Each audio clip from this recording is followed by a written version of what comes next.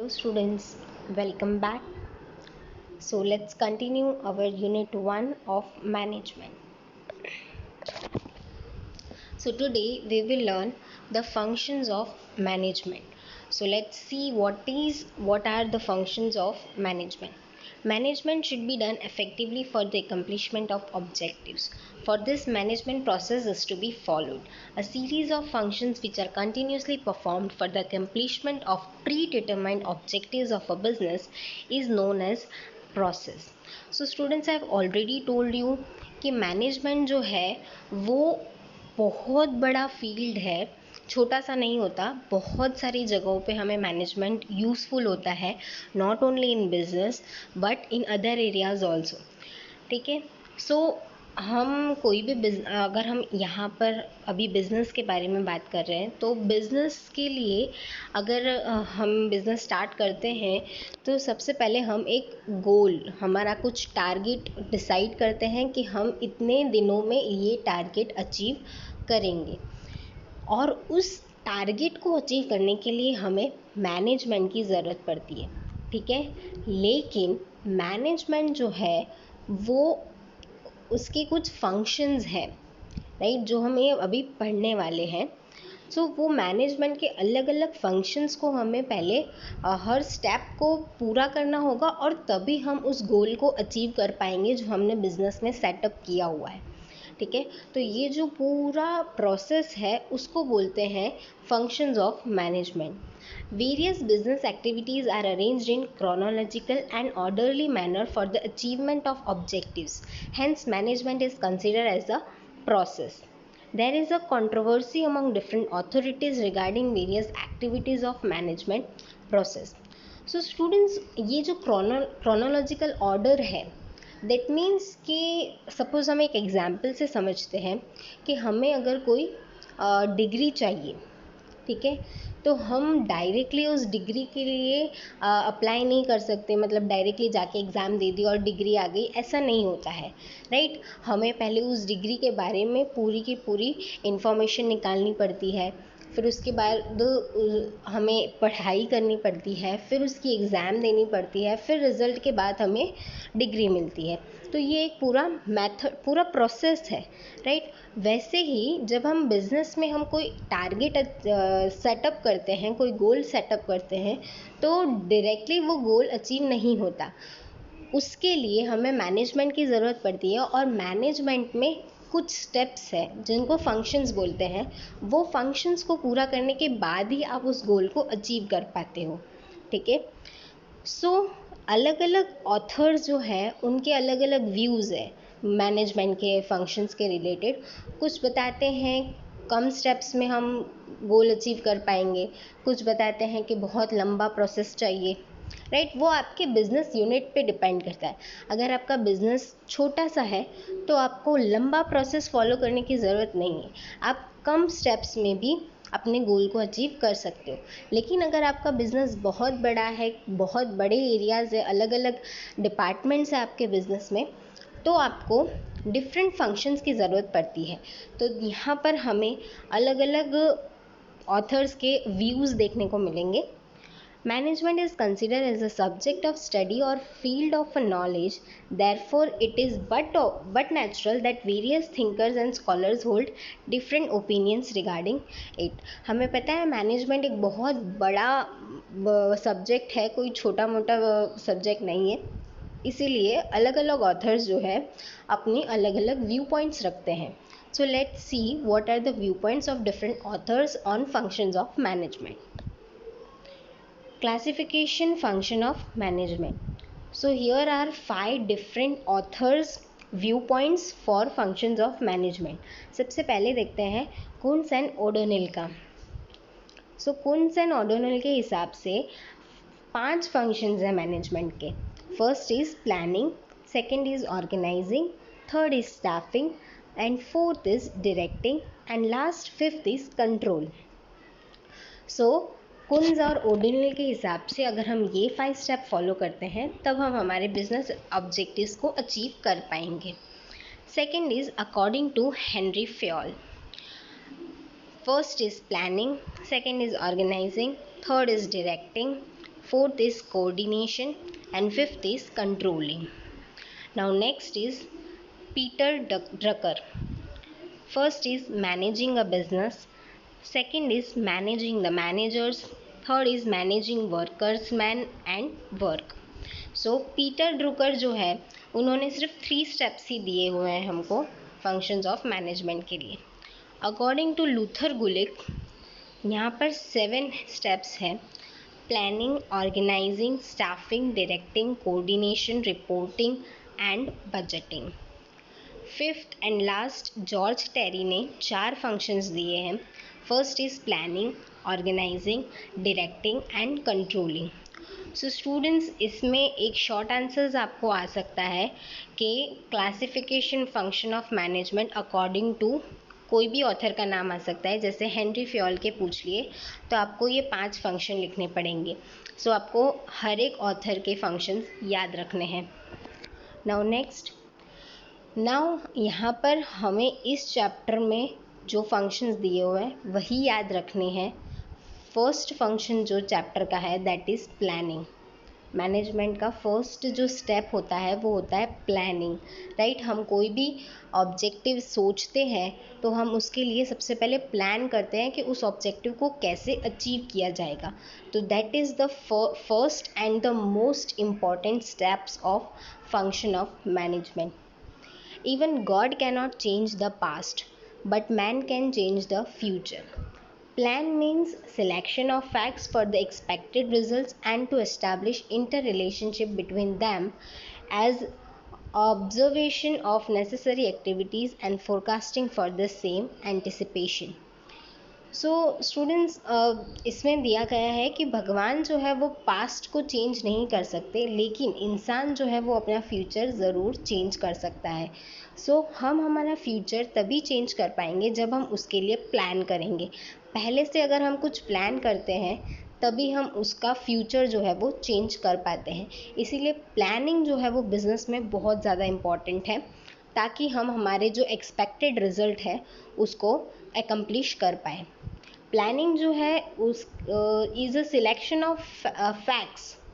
मतलब कि हमें सबसे पहले देखना है कि हमारे पास क्या क्या चीज़ें अवेलेबल है, क्या फैक्ट है, राइट. फिर हमें हमारा रिज़ल्ट एक्सपेक्ट करना है और फिर फैक्ट और रिज़ल्ट को उसके दोनों के बीच में इंटर रिलेशनशिप बनानी है. फिर ऑब्ज़र्व करनी है एक्टिविटीज़ को, ताकि हम एंटिसिपेशन कर सकें. एंटिसिपेशन मतलब कि अंदाज़ा लगा सके कि फ्यूचर में हम क्या रिज़ल्ट हमें मिलने वाला है, right. So that is planning. Management begins with planning. When in advance it is wisely consider what work, who do, when, how, to what extent and when work is to be finished for the achievement of predetermined objectives, right. Predetermined का मतलब होता है जो पहले से हम decide कर चुके हैं कि हमारे बिजनेस के क्या ऑब्जेक्टिव्स होंगे. तो वो प्रीडिटरमाइंड ऑब्जेक्टिव्स को एकम्प्लिश करने के लिए हमें सबसे पहला जो स्टेप है वो है प्लानिंग का, वो करना होता है. Planning means future for thought in present. Planning is necessary to reduce risk and uncertainties involved in future. अगर हम प्लानिंग ही नहीं करेंगे तो हमें कैसे पता चलेगा कि फ्यूचर में हमारे साथ क्या क्या प्रॉब्लम्स आने वाली है. प्लानिंग का मतलब ही ये होता है कि हमें पहले से ही फोरकास्ट कर लेना है कि आगे जाके क्या प्रॉब्लम्स आने वाली है, क्या फेस आने वाला है हमारे बिजनेस में, और हम उस प्रॉब्लम को कैसे फेस करेंगे. Okay. So, due to planning, all the activities of the business are undertaken in a systematic manner. It therefore becomes easy to achieve objectives. अगर हम पहले से ही हमारे रिस्क को जान लेंगे और उसका सोल्यूशन पहले से ही तैयार रखेंगे तो फ्यूचर में वो प्रॉब्लम नहीं आएगी. When many alternatives are found at the time of defining objectives, planning becomes useful to see the best alternative. Hence, planning is the functions of selection and preference. So students, planning बहुत ज़्यादा important इसीलिए भी है क्योंकि planning जब हम करते हैं तो हम हमारे गोल को अचीव करने के लिए हमारे पास एक नहीं बहुत सारे ऑल्टरनेटिव रास्ते होते हैं.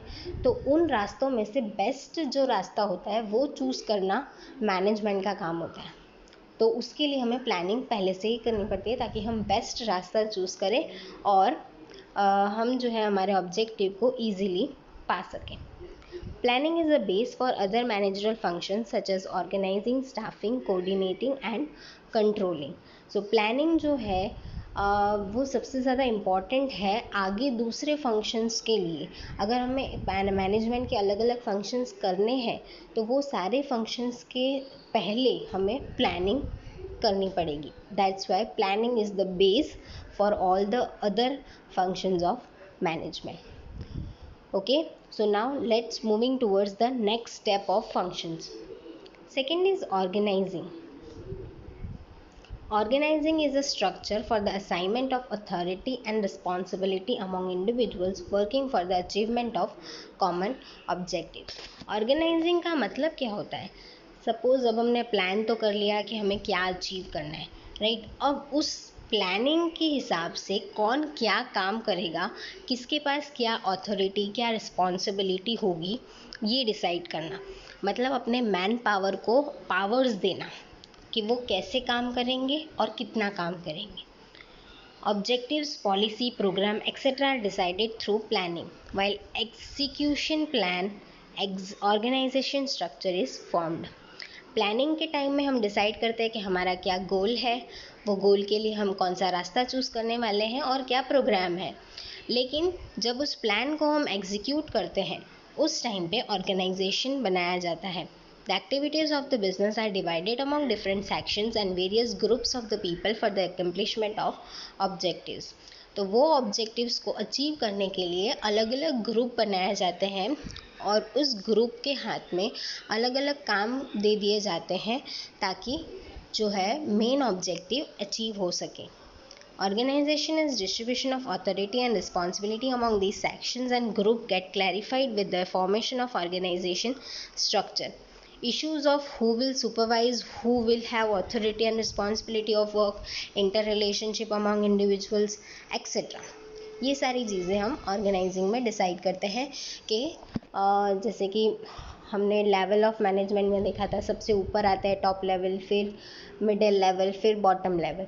तो ये जो है ऑर्गेनाइजिंग का एक फंक्शन है जो डिसाइड करता है कि किसके पास कितनी अथॉरिटी होगी और किसके पास कितनी रिस्पॉन्सिबिलिटी होगी, कौन किसको आंसरेबल होगा, राइट? और छोटे छोटे ऑब्जेक्टिव्स बनाते हैं ताकि फुल जो है मेन ऑब्जेक्टिव है वो अचीव हो सके। So this is organising. Planning is the brain of a business unit while organization is its physical structure. अगर हम हमारी बॉडी की बात करें तो बॉडी तो पूरी की पूरी हमारी जो है वो है प्लानिंग, ठीक है? तो हमने एक पूरा प्लान तो बना दिया, लेकिन ये बॉडी को चलाने के लिए हमें जो चाहिए दैट इज़ ब्रेन, राइट? तो प्लानिंग बना दिया लेकिन उसको चलाने के लिए हमें चाहिए ऑर्गेनाइजेशन। इसीलिए ऐसा कहा गया है कि प्लानिंग जो है वो हमारा बॉडी स्ट्रक्चर है और ऑर्गेनाइजिंग जो है वो ब्रेन है। The function of a brain in the human body is to take the intellectual decisions while its implementation is done by various organs of the body. In the same manner, the function of planning in a business unit is to take intellectual decisions. हमारे जो body part function करते हैं उसका decision हमारा brain लेता है, वैसे ही planning जो है वो हमारी बॉडी है और जो मेन इंटेलेक्चुअल डिसीजंस लेता है वो है organising. In order to implement these decisions, distribution of work, authority and responsibility is delegated among the employees of various department. तो छोटे छोटे ऑब्जेक्टिव्स बना दिए जाते हैं अलग अलग डिपार्टमेंट के ताकि वो छोटे छोटे ऑब्जेक्टिव्स अचीव होकर जो मेन ऑब्जेक्टिव है वो अचीव कर पाए। Okay, so this was organising. Now moving towards staffing. This is the third function, right? First was planning, second was organizing and third is staffing. Staffing मतलब क्या होता है? Employees are arm and legs of unit. According to Dr. George Terry, staffing is concerned with availing and maintaining satisfactory manpower. Okay, so staffing का मतलब होता है manpower, right? अगर आपके पास बिजनेस है, आपने प्लान भी बना लिया है किस पर, अगर आपके पास मैन ही नहीं होंगे, मतलब एम्प्लॉयज़ ही नहीं होंगे काम करने के लिए, तो आपका बिजनेस चलने वाला ही नहीं है। इसलिए स्टाफिंग भी एक इम्पॉर्टेंट फंक्शन है मैनेजमेंट का। एम्प्लॉयज़ जो है वो हमारे हाथ और पैर होते हैं। जैसे कि हमने देखा प्लानिंग में, planning is the body, organising is the brain. अब स्टाफिंग में, staffing are arms and legs of the unit. Okay, so George Terry ने कहा है कि स्टाफिंग जो है is concerned with availing and maintaining satisfactory man power. Satisfactory man power बहुत important है। मतलब कि आपका जो मैन पावर है वो अपने काम से सेटिस्फाइड होना चाहिए। अगर आपके मैन पावर अपने काम से सेटिस्फाइड नहीं है तो आपका बिजनेस जो है वो लॉस कर सकता है। In order to achieve predetermined objectives,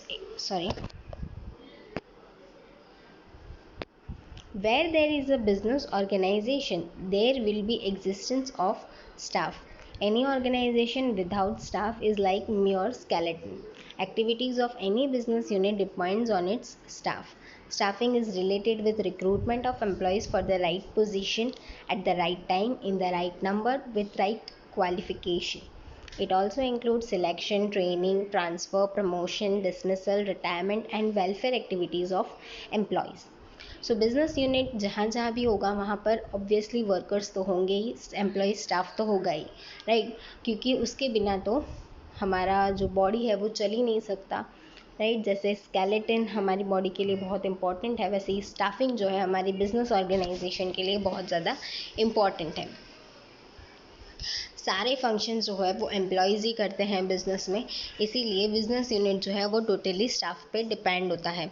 staffing जो है वो रिक्रूटमेंट से चालू होता है।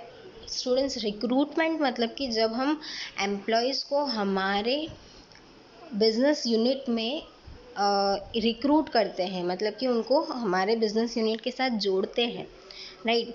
उसके लिए हमें सबसे पहले पता होना चाहिए कि वो जो पर्सन है वो, उसकी क्या क्वालिफ़िकेशन है, उसके लिए क्या आपको पोजीशन देनी है उसको अपने बिजनेस में, किस टाइम पे उसको क्या काम करना है, कितने नंबर्स ऑफ स्टाफ हमको ज़रूरत है हमारे बिजनेस के लिए, और उनके पास सही क्वालिफ़िकेशन होना चाहिए। सो ये सारे क्राइटेरिया अगर कोई आपके एम्प्लॉयज़ फुलफ़िल कर पाते हैं तभी आप जो है उनको रिक्रूट करोगे और अपने बिजनेस यूनिट में इंक्लूड करोगे। उसके अलावा स्टाफ का सिलेक्शन, आपने सिलेक्ट तो कर लिया, फिर उसके बाद उसको काम की ट्रेनिंग देनी पड़ती है। काम की ट्रेनिंग देने के बाद उसका ट्रांसफ़र, प्रमोशन, डिसमिसल, रिटायरमेंट और उनकी वेलफेयर एक्टिविटीज़ के बारे में हमको ध्यान रखना पड़ता है, क्योंकि अगर हम हमारे एम्प्लॉयज़ का ध्यान नहीं रखेंगे तो वो हमारे बिजनेस का ध्यान नहीं रखेंगे। इसीलिए स्टाफिंग जो है, जो हमारा स्टाफ होता है, उनकी हमें बहुत केयर करनी पड़ती है। Enthusiasm and zeal of the employees are boosted if they are satisfied. Ultimately, it will lead to increase in productivity and efficiency of the organization.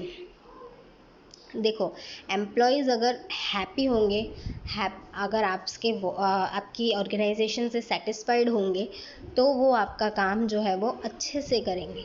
लेकिन अगर वो सेटिस्फाइड नहीं है तो आप वो अच्छे से काम नहीं करेंगे, और अगर वो अच्छे से काम नहीं करेंगे तो ऑब्जेक्टिव्स अचीव नहीं होंगे, ठीक है। इसीलिए हमेशा अपने एम्प्लॉयज़ का जो एंथुसियाज़म है उसको बूस्ट करते रहना चाहिए। Staffing function studies problems related to employees. The success of any business depends on its employees, ठीक है। स्टाफिंग का मतलब ही ये है कि अपने एम्प्लॉयज़ के रिलेटेड जो भी प्रॉब्लम है उसको सॉल्व करना और अपने स्टाफ जो है उसको हमेशा एंथुसियास्टिक रखना, उनका मोराल जो है वो हमेशा बनाए रखना, ताकि स्टाफ जो है वो अपना काम अच्छे से करे और हमारे अल्टीमेटली ऑब्जेक्टिव्स जो है वो अचीव हो सके। At present staffing also includes man power, planning, human resource development, evaluation of work, job analysis, etc. It is the strong belief of every progressive management that a satisfied staff is an invaluable asset of the business. ठीक है, आपका जो satisfied staff है वो आपके business के लिए एक इनवैल्यूएबल एसेट है, ठीक है। मतलब वो एक ऐसा एसेट है आपका जो जिसकी कोई वैल्यू ही नहीं है, मतलब उसकी कोई वैल्यू कर ही नहीं सकता है, क्योंकि अगर आपका स्टाफ आपसे सेटिस्फाइड है तो आपका बिजनेस डेफिनेटली सक्सेस करेगा। इसीलिए स्टाफिंग जो है वो बहुत इम्पोर्टेंट फंक्शन है मैनेजमेंट का।